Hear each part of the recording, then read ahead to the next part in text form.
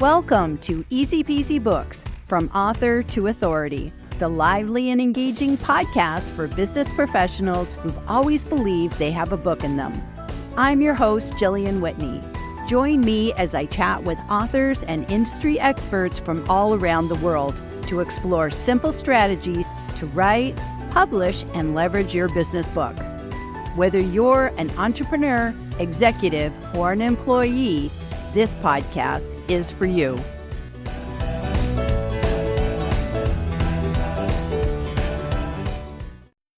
Hello, everybody, and welcome back to another episode of the Easy Peasy Books podcast. And today I am going solo for this one. And what I want to talk about is podcast guesting and how to be the perfect podcast guest. Well, maybe not perfect, but how to be as good as you can be, because podcasting is a wonderful way to promote your book. So let's get stuck in. So the first thing that I want to talk about is setting yourself up for success when it comes to the tech. And the tech is so important, and you need to get that straight. And whenever you're a podcast guest, you want to make sure that you understand whether it's audio only or is it going to be video, where the video will live one place and the audio will live another place. So, for instance, with me and this podcast, this is a video podcast, and yet I take the audio and I repurpose the audio on Apple Podcasts and Spotify and Amazon Music and all the other, great places out there. But I like the video to go on YouTube, and I also like to make clips. So I let my guests know that so that they don't show up on a bad hair day thinking that, oh, they just have to sound good. No, you got to sound good and look good if you want to be on my show. And nowadays, the majority of podcasts just assume it's video. And if you show up and it's audio only, bonus. That's a great day because it's a lot less stressful. But anyways, so here, let's talk about the tech, and let's go with the assumption that you want to set yourself up for success so that the video looks just as good as the audio, because both are very, very important. So the first thing you need to know is you need to be what I call Zoomable Plus, which means have the basic equipment that you would have for a typical Zoom call, which is going to be your webcam, a microphone, and earbuds or headphones or whatever you use. So, you don't have to go out and buy any kind of expensive stuff. You don't have to be like those podcasters with the great big headphones. You don't have to do all that. You just be Zoomable Plus, which means be ready for a Zoom call, but step it up a notch. So I'll tell you exactly what that means. So let's start off with the basics. So number one, you want a webcam. So I am using a Logitech Brio. I've been using the same webcam for years, and it's great. It's just plug and play, plugs into my computer, easy peasy to use. But one of those Logitech C90s are good. There's just so many pretty inexpensive webcams out there. So, as long as it has at least 720 or 1080 preferable. You don't have to do 4K because nobody I know is podcasting in 4K, which is the resolution, how high it is. So for instance, when I do my podcasts with my guests, we are actually recording in 1080p because I have the paid level of StreamYard. That's what I use to record my podcast. Now, most podcasters are probably going at 720. So that's sort of the minimum you want to go at. But if you're going to go 1080, much better for you. So you need to have that webcam. So then next up is the microphone. Now, it's really, really important to have a good mic, but you do not need to run out and get like a Roadmaster Pro or anything fancy like that. A typical USB mic is fine. So you don't need some sort of mixer and, all that sort of fancy stuff. Just something that's like literally plugs into your computer or your hub or whatever you have. I am using a Blue Yeti mic. There's lots of other mics that are well under $100. I think I got my Yeti for like maybe 50 bucks, 60 bucks several years ago, and I've been using the same thing. So a Blue Yeti is fine. Any kind of mic is probably gonna be okay as long as it's a USB mic, and know where you're supposed to talk into it. So, for instance, with a Blue Yeti, I don't talk on the top. I talk coming at the front, in the front of it. So it's important to know all these things and test out your mic in advance. I've done that myself where I've gone and recorded and said, okay, here's Jillian. I'm talking on my mic, with doing this and doing this. I measure it. I see, do I need to raise it up? My microphone's actually sitting on a box so that I can raise it up. And that's another thing that people do wrong. They go ahead and they put their microphone over to the side and we can't hear you. So they're afraid to have the microphone on camera because that way they can't hear anything. So it's like they want it out of the view, but that just doesn't work. Sometimes it can't be off to the side. It has to be right in front of you so that's getting even sound. So that's really important. So, okay, we've talked about the webcam, we have talked about the microphone. So let's keep moving and talk about headphones. Now, you'll notice I'm not wearing those big clunky headphones, but if I pull back my hair, you can see that I have earbuds in. And that's the kind of cool thing about a Yeti. I can just have these cheap little earbuds and they wire into the bottom of my Yeti so that I can hear stuff. So that's absolutely perfect. I don't have to have anything, tied to my computer or something. It just goes right into the microphone. So having, you can even get away with those, Apple AirPods and that sort of thing. However, just know if you're using Apple AirPods, it might be picking up the audio, the microphones of the AirPods might be picking up. So that's actually why I like to use wired ones that go right into my microphone because that way I know nothing weird's going to happen. There's no fighting going on. So that just makes life a lot easier. So a lot of people ask me, Jillian, can't I just use the speaker that comes with my webcam? Or I have two speaker boxes on the side of my computer. The reason why you don't want to do that is a lot of times there can be problems when you're trying to log in because like maybe the software is not recognizing those speakers and it gets confused and now all of a sudden you can't hear the host. And I've watched people just have nightmares trying to use the speakers on their desk or on their webcam even. But here's the thing. You can also get weird echoes and feedback. And sometimes it's like you hear this munching sound like there's some monster on the podcast. So if you can, please think about wearing headphones. It just makes life so much easier and there's no distractions that way. Okay, then we're talking about lighting. That is another important thing. So what I have here is I have a simple ring light in the front of me. And then I actually have two side lights. And that's because I'm in a really, really dark area. I'm not in front of a window, so I don't have any kind of natural light here. I'm in a very dark space. Now, if I put on the overhead light, I'd look like a ghost. And I have sometimes done that and I've gone, oh, I think I left the overhead light on. It doesn't look very good. So it's kind of good if you can do what's called 3-point lighting where you have two lights on the side, sort of at an angle, and then you have the ring light in front of you. And it's really, really important to have your light coming at you, not behind you.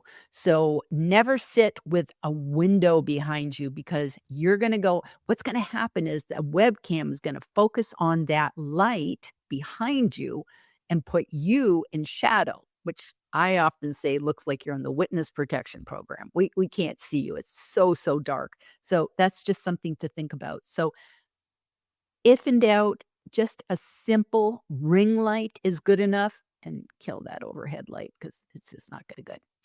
Then the last thing, and this is sort of the Zoomable plus bit, is your internet. That is so important, especially when we're talking about video podcasts, because that is being uploaded to whatever, it could be StreamYard or Restream or Riverside, Zoom even, but you need to have good internet so that you don't wanna get frozen during you don't wanna get frozen during your podcast interview. You want to be crisp and as best possible.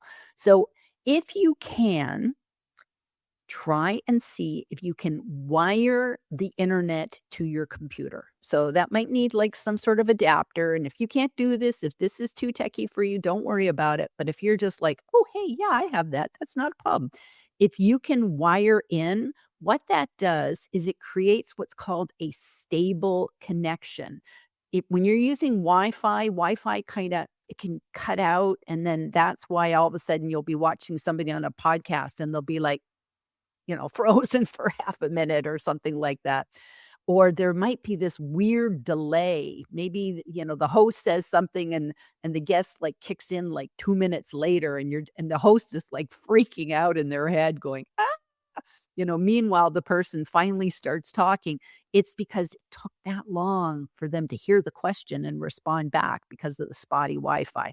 So if you can wire in, that is the best thing. If you can't, you can't. So just do the best you can. Now, what's really interesting about your internet is that when you're on a podcast, you want to minimize your computer's resources. You don't want to overtax it. So shut everything off, your email, shut off LinkedIn, shut off YouTube, all these things. If you're one of those people with the 50 Chrome browsers across, shut those browsers off. Have one single thing open, which would be what you're recording in, and no other tabs. Just shut them all down and make sure nothing's in the background. Like if you have Dropbox or Box or something like that, shut everything off.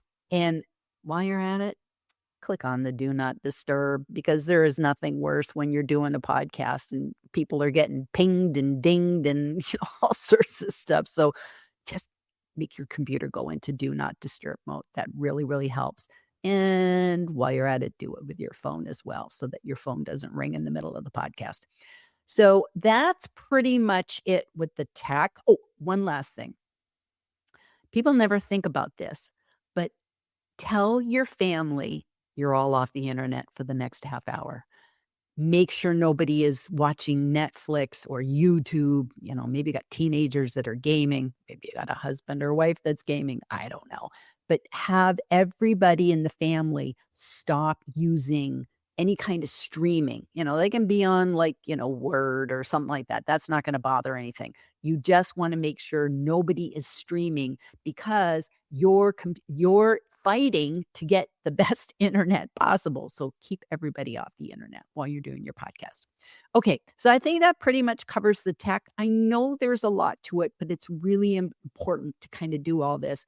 And I really suggest you make yourself a checklist because there is a lot to cover.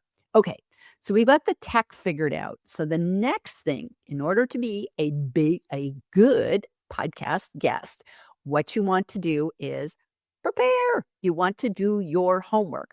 So hopefully you are familiar with the show that you're about to be a guest on. And, there's no excuse. There's no excuse if you have not done your homework. You should at least go watch 1 or 2 episodes of previous shows so that you get a feel for how does the interviewer, how does your host act, what kind of questions do they ask? Do they stay on topic? Do they talk a lot? Do they, you get a good feel if you can go back and listen to other episodes. So I highly, highly implore you to go do that. That just makes so much sense. But then what I also want you to know is that not all podcast hosts are going to send you the questions in advance. And I'm going to raise my hand. I don't do that.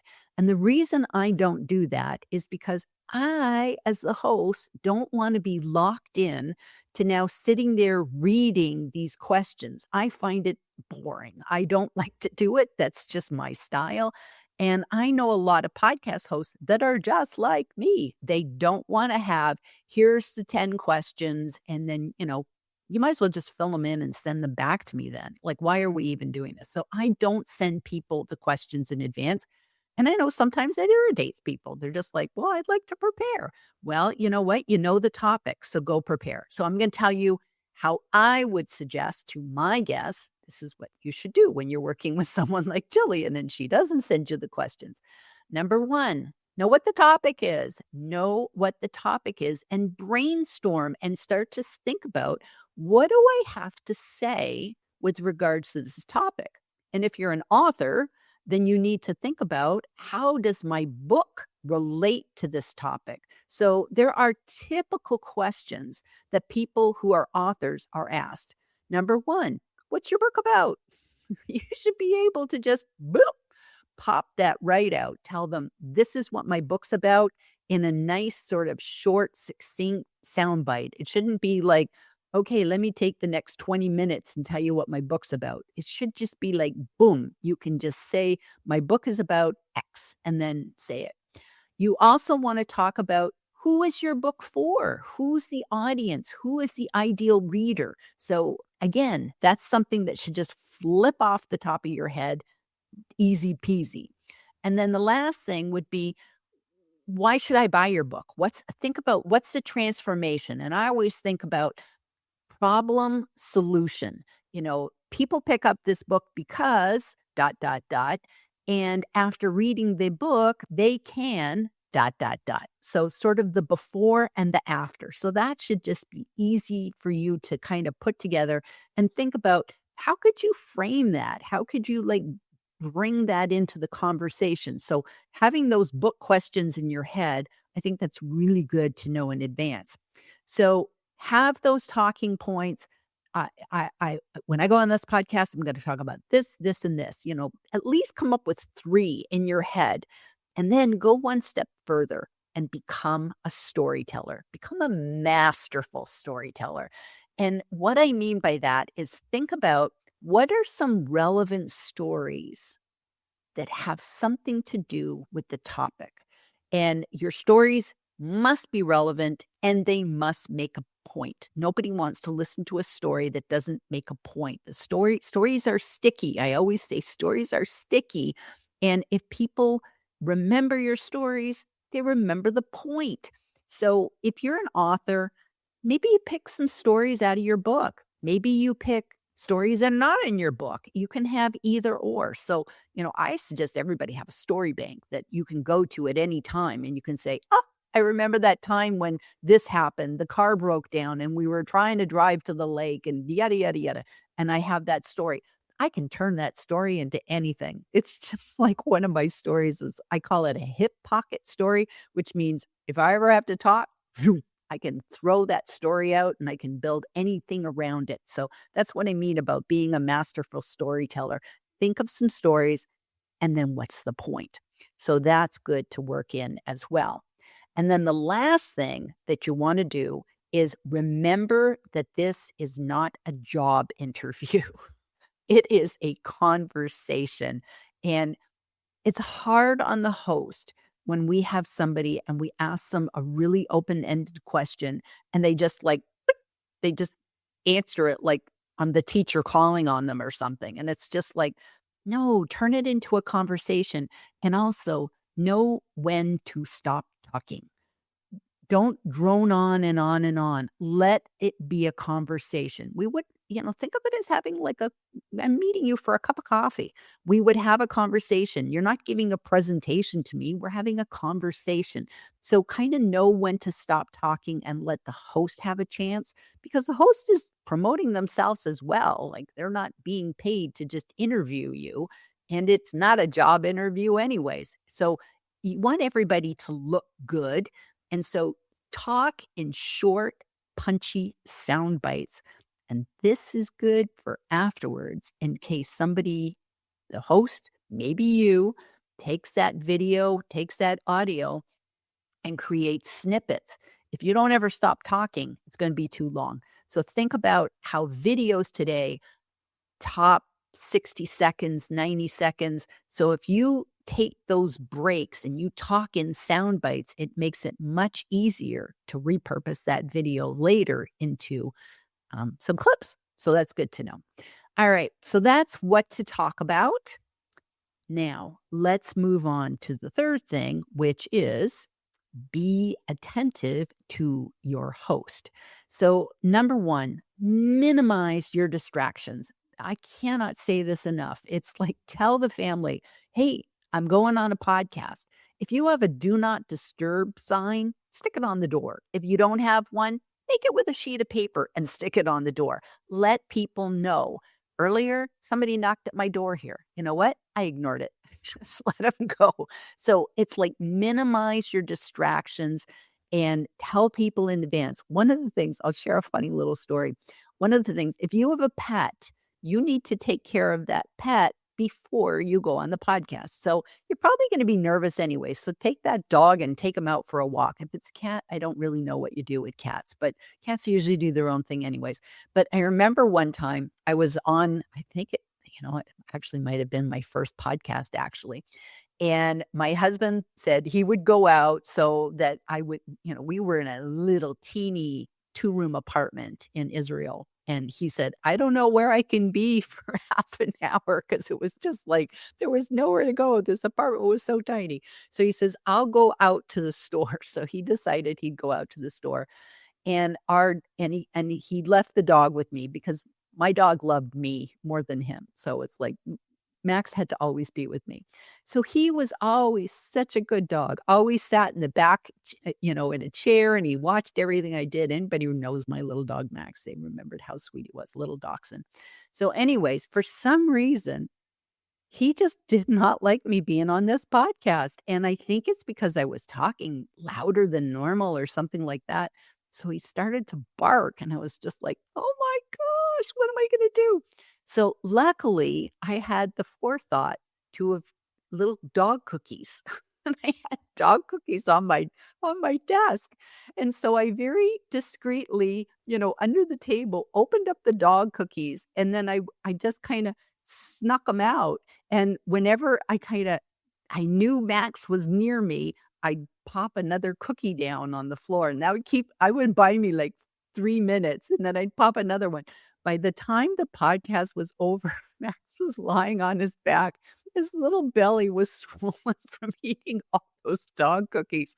But that's when I realized that dog's going out of the house for the next podcast because it was just like, oh. So anyways, get somebody else to take care of the dog, or at least take him for a big, long walk so that when you go on the podcast, maybe the dog will sleep through it or something like that. But make sure they've done their little doggy business before you're on the podcast. So that's important to know. So you want to eliminate distractions. That's why you want to make sure your computer's in do not disturb mode. Your phone is in do not disturb mode. Put a sign on the door. So I could have done that today, that I put a sign and said, don't ring the doorbell, and you know what you say? You just put a little sign that says video conference in progress, because people don't know what a podcast is. They're just like, oh, I don't know what that means. But if you put video conference in progress, people know what that means, and they won't ring the bell. So you can do that. Thing is, you have to remember to go take it off, or else you won't get your Amazon packages. Although the Amazon guy never rings the bell anyway, so maybe they know. It's like, okay, there's this lady's podcasting. I'm not going to ring the bell. So anyways, eliminate distractions as best you can by letting people know, hey, I'm podcasting, and take care of the pets first. Another thing is give the host your full attention by making eye contact. And guess what? You are not making eye contact. Even I think I forgot that this podcast. It's really hard doing solo podcasts. So you just do the best you can. But one of the things you want to do is don't look at yourself. Look at Lenny. I have Lenny is my little, I'll show you my Lenny. I'll take him off. Lenny is a little Post-it note that I have with a smiley face, and I stick it where I want to make sure that I'm looking before the podcast so that I have my eyes, and that's usually right around where your webcam is, maybe a little bit under it. And you can take some screenshots and figure out where that's supposed to be. But having that is good because you want to make eye contact with your webcam, not the host on the screen. Because what happens is if I look at the screen, so right now I'm looking at the screen, it looks like I'm looking down, and you don't want that. You don't want that. You always want to be looking at eye level and making eye contact with the viewer. And of course, we can't see the viewer. So that's why we want to make eye contact with the webcam. So making eye contact is good, but also too, your body language is so important. Your facial expressions. If you agree with the host, what the host is saying, smile, nod your head. If they make a joke, laugh. If they say something, go, hmm. It's okay to lean in, do all of those different things. Again, it helps the host know, how's this going across to my guest? Are they getting it? Am I coming through? So the worst thing you could do is pick up your phone. And I had that with somebody once. They were just like, I was just they said I'm checking a text message. And it's just like, don't be checking your text messages when I'm talking, because you know what? Everybody sees you. It's not like you're off stage and you're doing all this and nobody's noticing. Everybody's noticing. So it's kind of like if you go to a party or a networking event and you're talking to somebody and they're like looking over there to talk to somebody else. How does that make you feel? It makes you feel horrible. So it's the same thing. Look at the host, acknowledge the host, smile, laugh, just let your body language flow. Also, too, use your words. Use your words. I sound like a mother here. Use your words, kids. But it's true. Think about, did the host say something and you go, you know what? Karen or whoever my host is, Karen, that was such a good point. I love how you talked about this, and it reminds me of such and such. Saying their name is good.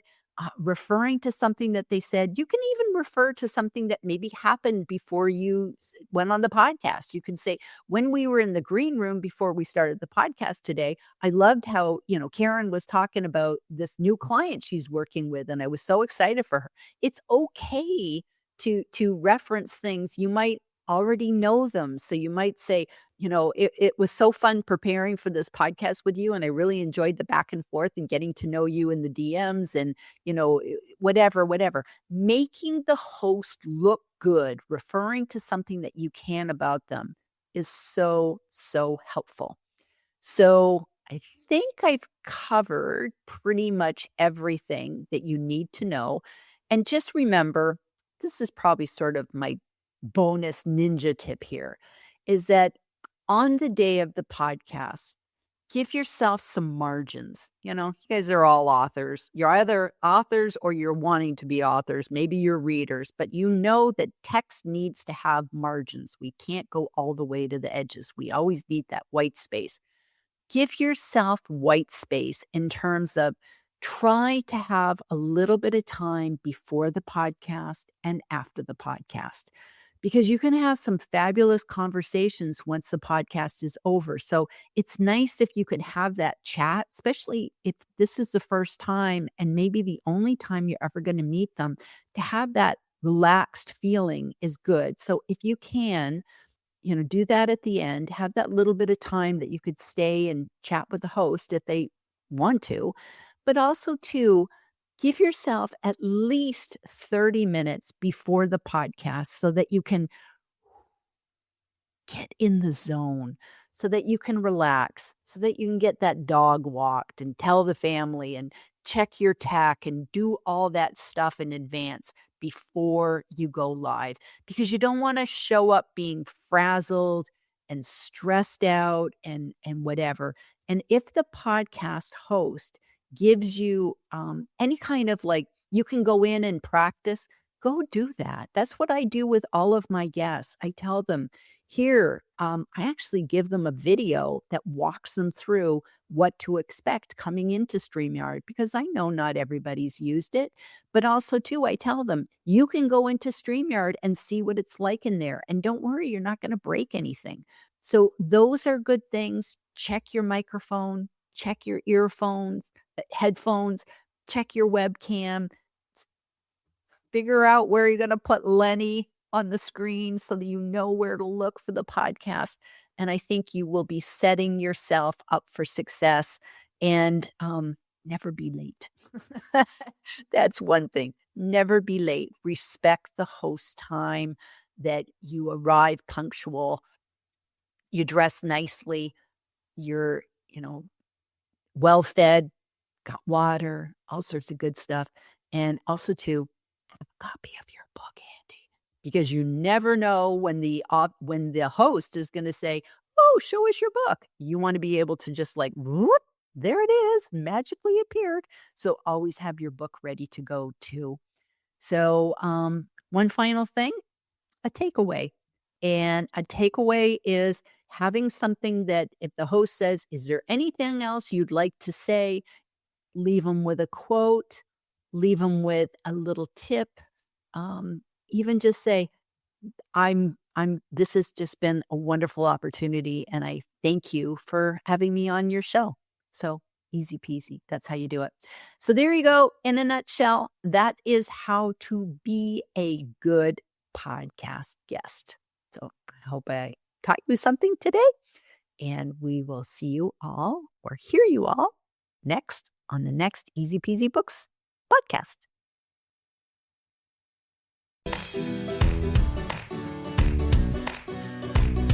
Thank you for tuning in to this edition of Easy Peasy Books, from author to authority. If you found value in today's episode, I'd be grateful if you could leave us a review. It helps other aspiring authors discover our podcast. To learn more about writing, publishing, and leveraging your business book, visit my website at easypeasybooks.com.